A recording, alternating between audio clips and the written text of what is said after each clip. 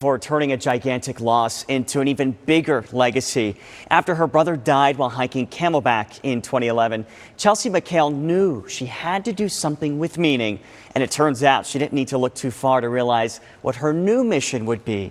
Here's part 2 of our conversation. In a roundabout way, does it also give you some joy being here, knowing how much he loved hiking and how much he loved being here?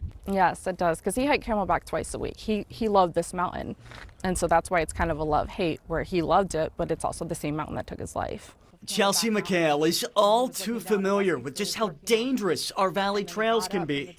In 2011, her older brother Clint died here on Camelback after going off trail and falling to his death. And it's hard sometimes where, I kind of think when I come here where he went off trail, and that kind of plays in my head.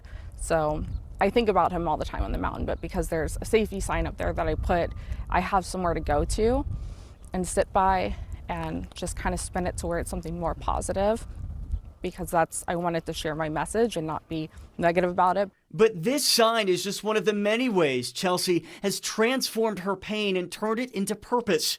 In 2014, she petitioned the city to post it to remind hikers about the potential dangers that lie ahead. And I sit there quietly and I see the people that do a double take. And I've seen people look at it and with their spouse and friends or whoever they're with and say, you know what, I don't think we have enough water. I don't know if we're fully prepared. Let's just turn back around. And that's the part that really sticks out to me, because who knows, if they didn't see that sign and kept going, what would have happened? His death was so preventable, and that's what I play in my head so often.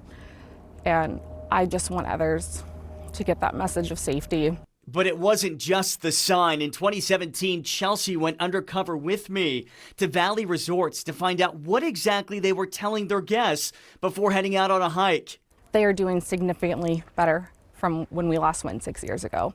And now it's a new mission, becoming a volunteer park steward for the city of Phoenix. And that can mean many things. A lot of it is, helping out on the trail, handing out water, cleaning up the trail, cleaning up any garbage, really educating people too as well at the base of the trails. And you never know what person you're going to reach. You have summoned the strength to continue this mission and really find a purpose in this. I mean, where does that strength come from? I had to make purpose out of it. I had to make meaning, because I struggled going forward and living without my brother, and I didn't know if I wanted to do it. And thought, okay, then if I'm going to stay here, I need to make a purpose out of it. What do you think Clint would say about all of this? I often think about that. I know he sees it, and I feel as if he gives me signs that I'm headed in the right direction. And I think he would be so proud of me. I'll miss him for the rest of my life. It's hard to really accept the manner and how he died and the age, but I will accept that I'll miss him for the rest of my life, and that there will always be a piece of me living somewhere else with him. But I think he'd be proud of me.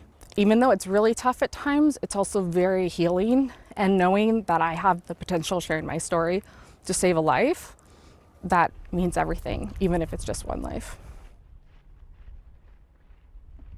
Yeah, I think it's just such a wonderful message. Chelsey is just so brave to continue this mission.